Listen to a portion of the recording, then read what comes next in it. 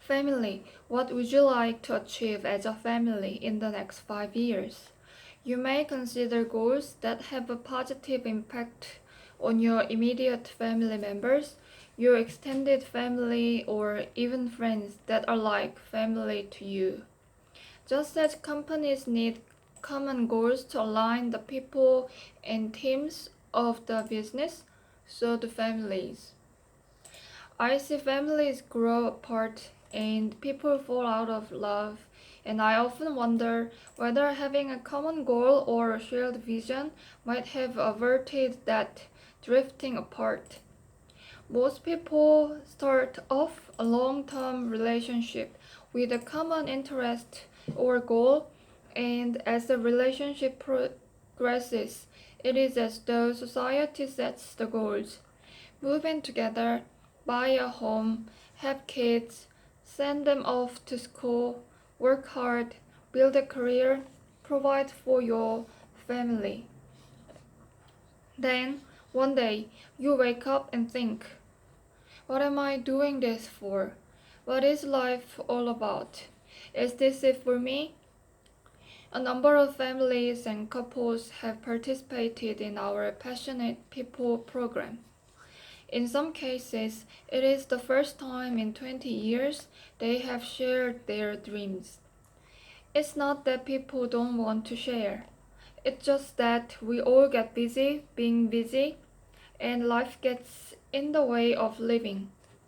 I'm not saying that setting goals together as a family is a panacea for a great, long-lasting relationship or a loving, caring, and together family, but it can't hurt. So there are two questions you may want to consider as you think about what you want to achieve as a family in the next 5 years. What do you see yourself achieving as a family unit? In your family, what milestones do you want to reach in the next 5 years? Financial. The three things people stress about most are financial concerns, relationship challenges, and health issues. Almost always stress comes from trying to control the uncontrollable, focusing on the worst case scenario or giving up personal power to the issues rather than taking action on the solution to move yourself forward through the challenges. One way to combat the stresses that enter our lives is to put them into perspective. And the best way to do that is by having a vision of what is important to you and what matters to you. So let's look at the financial goals you would like to achieve in the long term. 5 years from now.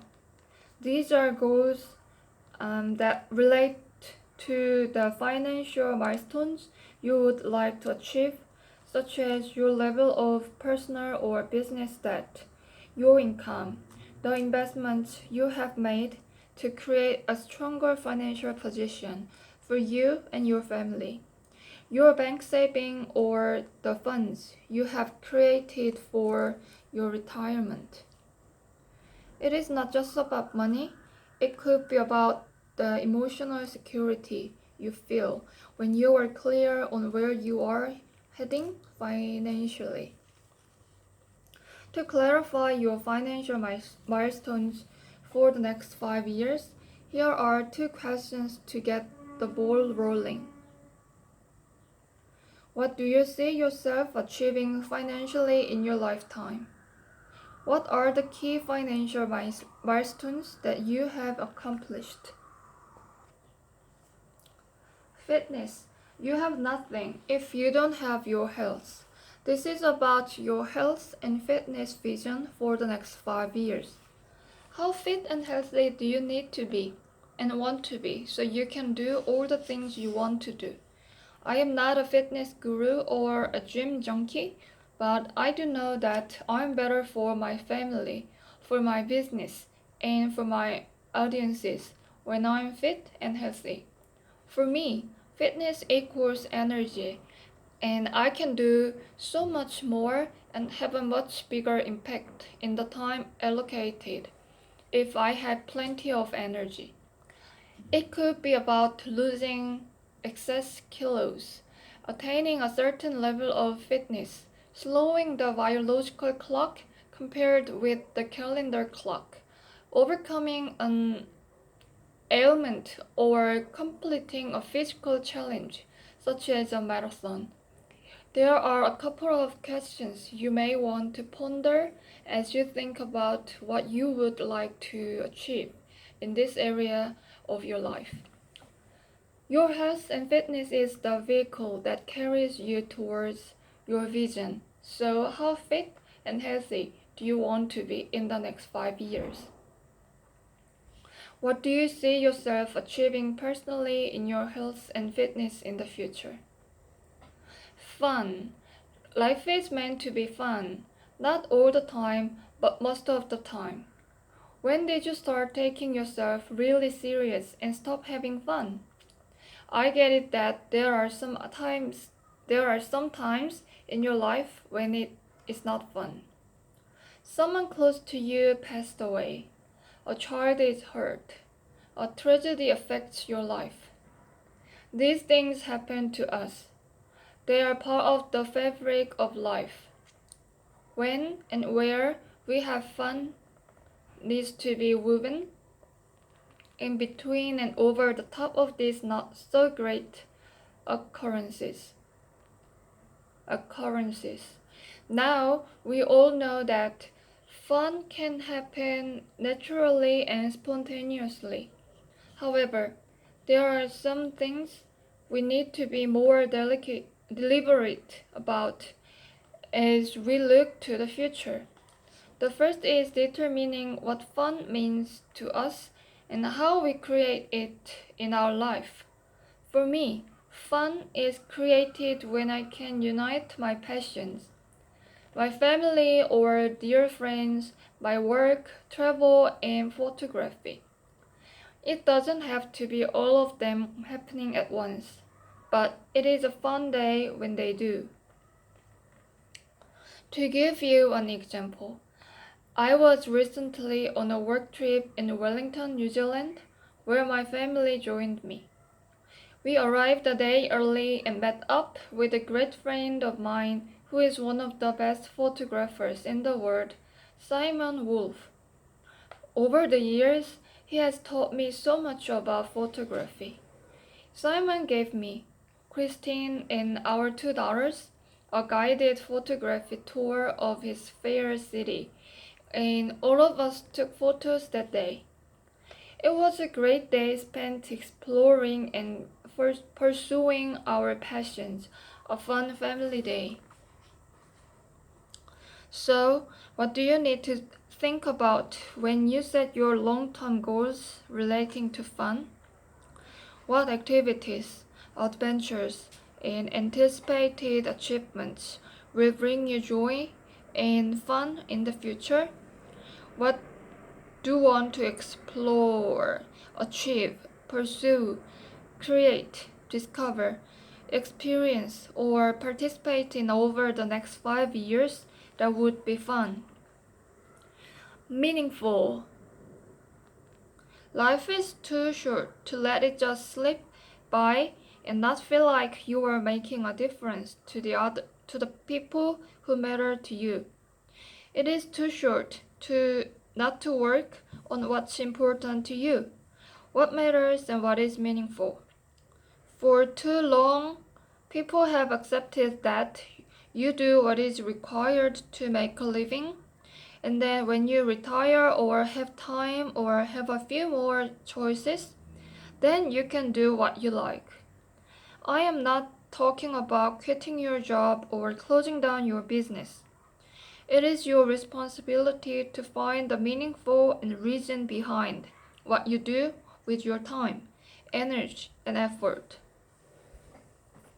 What is meaningful for me takes the shape of not only the work I do, but also the contribution I make to others. It is how I earn a living and the knowledge I pass on to my children. It is the things I stand for, and not being afraid to stand up for what I believe in. It is what gives me joy, love, and satisfaction. Four things I love to do are write, present, create, and discover. Over the next 5 years, you have a choice. It is either to create a recording that you are alive or create a life, just as an artist would create a great picture. My good friend and photograph mentor, Simon Wolf, shared this quote with me from one of his own mentors, Arthur Bates. Honesty in its intention is the difference between creating art and recording history. If you were to create a masterpiece titled My Life, what would you create? What type of career, work, roles, or business do you want in order to feel your work contribution matters? What do you need to achieve to feel that what you do in either your personal or your professional life is meaningful? Legacy. Everyone creates a legacy. Some are profound, positive, and memorable for all the right reasons. Others are memorable for all the wrong reasons. What type of legacy do you want to create for others to benefit from, that will live on after you have gone? How do you want to be remembered? It could be for a set of values or principles or beliefs that will have a positive impact on your children as they grow into adults. It could be for a set of skills or a knowledge bank that those who come in contact with you can use over and over again. As Stephen said, poem so eloquently states, I shall pass through this world but once. Any good, therefore, that I can show to any human being, let me do it now. Let me not defer or neglect it. For I shall not pass this way again. Over the next 5 years, you are going to have an impact on the people around you. You can decide whether you make some deliberate choices about what impact you want to have on the people who mean the world to you, or whether you just take a chance and see what happens. If you want to be deliberate, then consider these questions. What type of legacy do you want to create over the next 5 years? What do you want to be known for and your life to stand for? What living example do you want to offer those who matter to you?